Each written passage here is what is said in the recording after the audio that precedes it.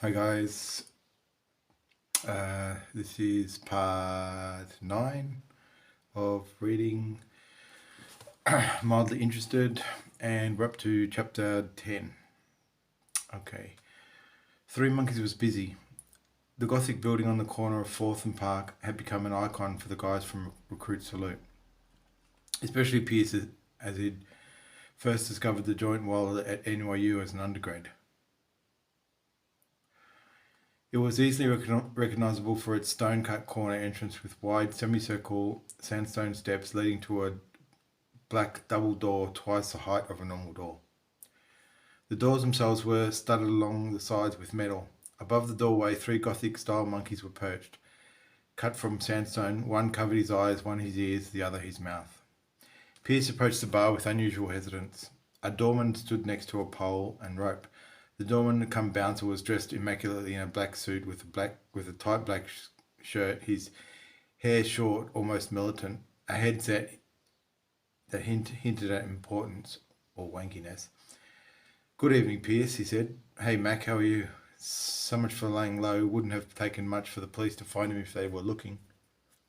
He lowered his head and walked through, taking note of the monkeys and cringing. At the bar, he ordered a scotch and soda and sat down, lighting a cigarette. He looked around the bar but couldn't see James. Perhaps he was upstairs. He thought so. He took the glass and went for a walk. The usual suspects were frequenting the place. He nodded to various people as he walked, realising that maybe it was time to find another haunt. The stairs led to the second floor bar where he normally hung out. Looking to and fro, he nudged his way through the crowd. "Pierce!" James cried out. Pierce looked over to the window and James and Benny were waving at him. He waved back to acknowledge. "Hey boys, what's happening?" Pierce greeted the guys. "You gotta hear this, Pierce. Benny is back," James cried, slapping Benny on the shoulder. Pierce looked at Benny and smiled. He knew it had something to do with sex because for months Benny had been whining about he needed to get laid. He smiled and offered his hand. Benny, taking the congratulations, thrust his hand into Pierce's. "Well," said Pierce, "guess what? Guess we've come... we've got a lot to talk about tonight. Could be a long one." The guys were drinking beer. Pierce asked if they wanted a real drink, and of course they didn't refuse. The barmaid came past, and Pierce gave her an order for 3 shots of tequila and 3 single malt whiskies, preferably Glenmorangie if they had any left after his last session. Alice took the order and waited for a tip. Benny obliged with $1. "Gee, thanks, Benny. Is that why they call you Little Benny?" Benny deflated, and his smile turned to a frown. "Come on, Benny, you got to give more than that." James took out another $2 and handed it to Alice as she turned and headed towards the bar. "Place is pumping as per, but before you tell me about this conquest of yours, Benny, I've got something pretty juicy myself to spill," Pierce said ominously and continued on about his day. "So you know the pimply kid we helped out today, Trey?" "Yep, what's happening with him?" James asked. "Well, we went to his place and there was this police tape around the house, so we go in, get some of his stuff, and then go for extended lunch on Lester." They all laugh. "Then I call you," Pierce points to James, "and you give me the news about the cops taking my computers." James raises his eyebrows and clutches his chin. Benny's phone rings. "Hang on, guys, wait, I want to hear this." He answers the phone and blocks his other ear. "Hey, big boy," says Julie. "Hey, Julie, how are you?" He replies, not really sure what to say. Benny walks away from the guys to a quieter part of the bar. "Who's that, you think?" Pierce says to James. "I think I know," he replies. "Who?" Pierce asks inquisitively. "Wait, he'll tell you. You'll never guess. Anyway, cheers to sluts and cops." James makes a toast and they crash bottles and take a chug. "Talking about cops," James says, "what the hell is going on? Are you in trouble?" "Not really sure, James. I've downloaded a lot. I mean, a lot of illegal shit. Porn. Tons of porn, you know. No more than a regular guy," Pierce mentions with a cheeky grin. "Guess you going to low for a while? Going to crash at my place?" James asks. "No, actually," he begins. Then Benny gets back to the table. He's looking a little confused. "Who was that, Benny?" "Let's hear about these sluts of yours. I want to know how many and where." Pierce stamped his hand. "Actually, only one, and she's not a slut. In fact, that was her, and I think she wants more than my pizza," he confides, and then takes a drink. "Right, so," Benny begins. The other day when you and George found the kid in the park, Eagles, that sounds wrong. I mean, I was at the cooler and man Julie comes and takes that last cup and I just noticed her legs in that cotton thread she was skirting. They were so awesome. I know she's got that huge Adam's apple, but apart from that, she's all woman. So the next day, I get the nerve to call her because, if I don't, I'd be going home to whack off Guinness Book style. She answered with her normal abruptness, but I was cool and I asked her what she was doing later. She said that she would stay back late and if I wanted to, I was welcome. No shit, you took her home, didn't you? No.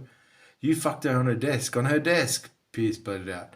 Wait, said James. Let him finish. Go on, Benny. So here I'm at the desk. Betty takes another swig. As Pierce grows more impatient and Benny continues. Everyone has gone. I look up and she's gone too, and all the lights are off. I'm like, fuck, she dissed me. The bitch, and I'm about to storm out and maybe kick George's desk over when my phone rings. Ha, it's her, Benny says. She's still in the office and she says, come to my office. Really feisty, sort of boss-like tone. I wasn't sure what she meant by that, but I walk through the office looking for her and I see the light flicking on and off at the doorway of Lester's office. Oh, fuck, Benny, this is hot. Go on, Pierce says. I open the door, sort of packing shit at this stage, not knowing what the hell I'm going to do with this woman. She's standing there behind the desk. The rest will remain a secret. All I can say is that I wouldn't want to be Lester working in that space. They all laugh and congratulate Benny, adding that they would have liked more details, but for now it'll be okay.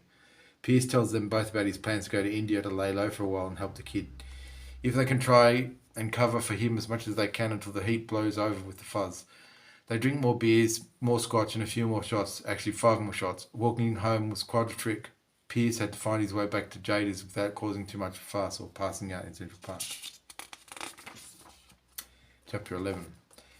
The following day, Pierce woke up on the sofa with a hangover. He woke up to the sounds of Trey chewing on Cheerios and slurping milk from a bowl. Trey had been sitting on the other sofa watching and waiting for Pierce to wake up.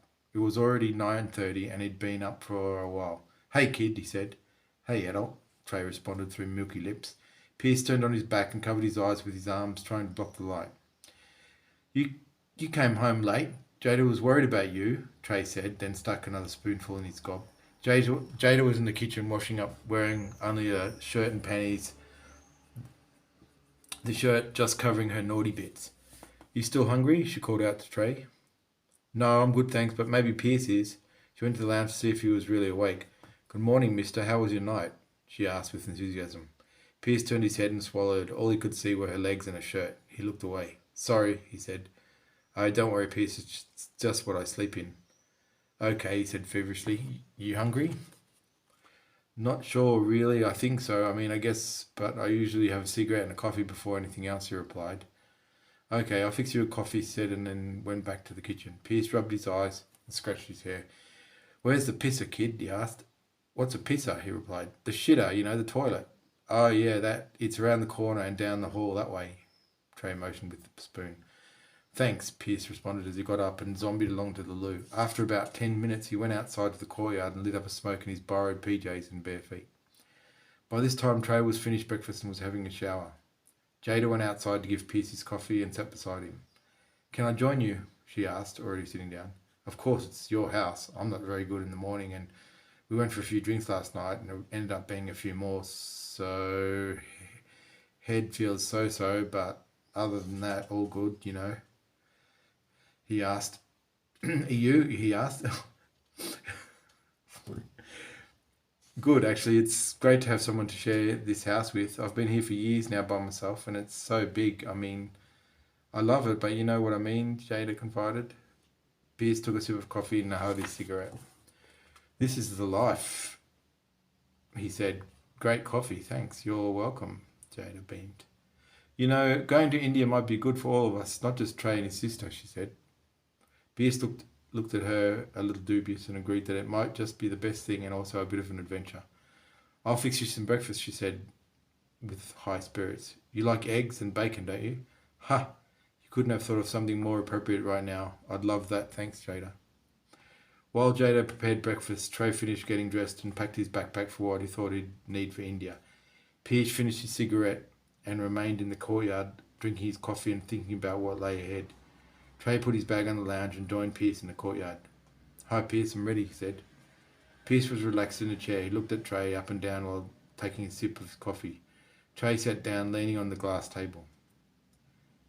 How do we know where to go when we get to India? Pierce asked Trey.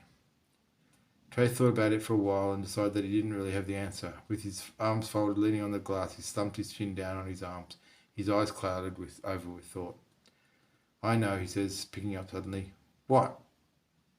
Asked Pierce. Well, I know her address. I looked on Google and I've printed the map so we can just hitchhike. I think it's about 100 miles. Is that far? Pierce's eyes widen and he sighs. Damn, he says. Guess we'll find out. The door pushes open and it's Jada carrying a plateful with 3 fried eggs, bacon, toast, mushrooms and a hash brown.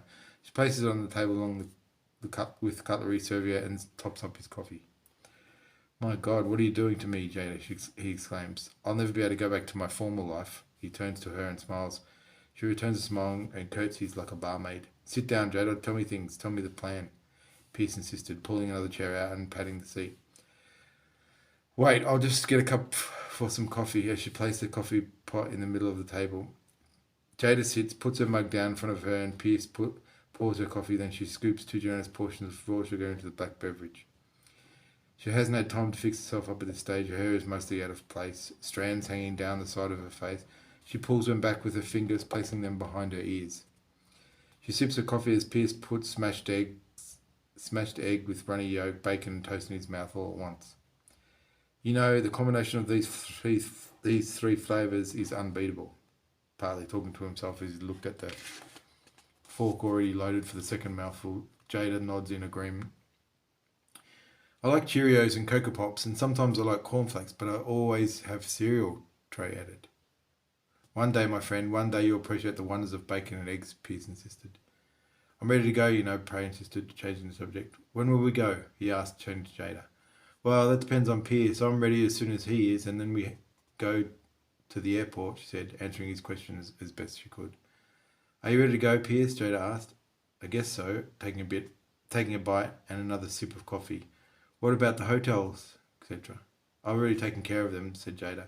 All we really have to do is get our bags ready and go. Okay, well, I better get moving. This breakfast is fantastic, Jada. Thank you again. Pierce finished up, took a shower and put his things together. He hadn't been overseas for quite some time. The last trip he'd taken was to Barbados for a week in the sun. It was meant to be a lazy vacation, but ended up being a debaucherous week of rum, women and Cuban cigars. He was a little concerned about being stopped at the airport and questioned by the feds, but he decided that worrying never helped anything, and if in the end he couldn't go, then he couldn't go and would have to face the music. Jada got herself ready, her bag already packed from the night before. She called a cab. The 3 of them sat in the lounge as dapper as could be, considering that Pierce hadn't been able to return home for his best clothes. So I had to wear a Mambo shirt and jeans that belonged to Jada's brother, not really his style. Trey was wearing some new jeans and a smart black shirt and jacket. He'd never been overseas, but considered that it would be like catching the subway, but just a bit longer. He was silent. Jada had done his hair with wax and it stood up spiky but neat. He never had someone care about him with such a soft touch. His father had always cared, but fashion wasn't his forte. The cab arrived, the boot opened automatically, they piled the bags in. Jada got in first, then Trey, followed by Pierce, throwing his cigarette stub onto the curb before he closed the door. Airport, thanks, driver. JFK? Asked the driver. Yes, thanks, JFK, sorry. The cab turned around and sped off, the 3 of them bouncing along on the back seat. What if my mister doesn't remember me? What if my sister doesn't remember me? Trey asked as he looked forward through the windscreen. She will, Trey. How could she forget her dear little brother? Jada remarked as she put her arm around him and pulled him close. No, she won't.